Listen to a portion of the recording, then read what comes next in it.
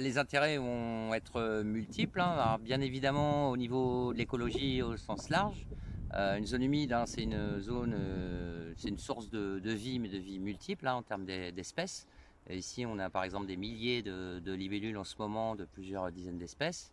On a la reproduction, on l'entend légèrement, des jeunes passereaux en ce moment qui s'alimentent aussi de tous les insectes qui sont produits, comme les chironomes, libellules.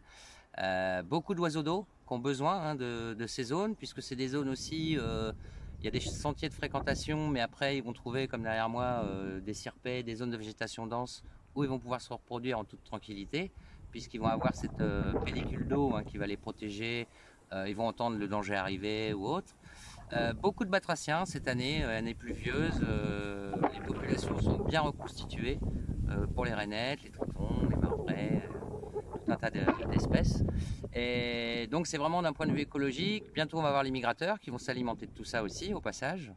Et après, pour les Rochelais, c'est quand même un sacré site de détente. Pour un loisir, on va dire, très très vert. On n'est pas dans un parc avec une forte fréquentation, très très très géré.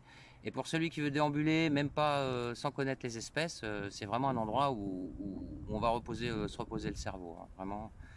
Très accessible, à pied, en vélo, voie bus, et avec énormément de cheminement et plusieurs habitats, c'est-à-dire plusieurs paysages différents.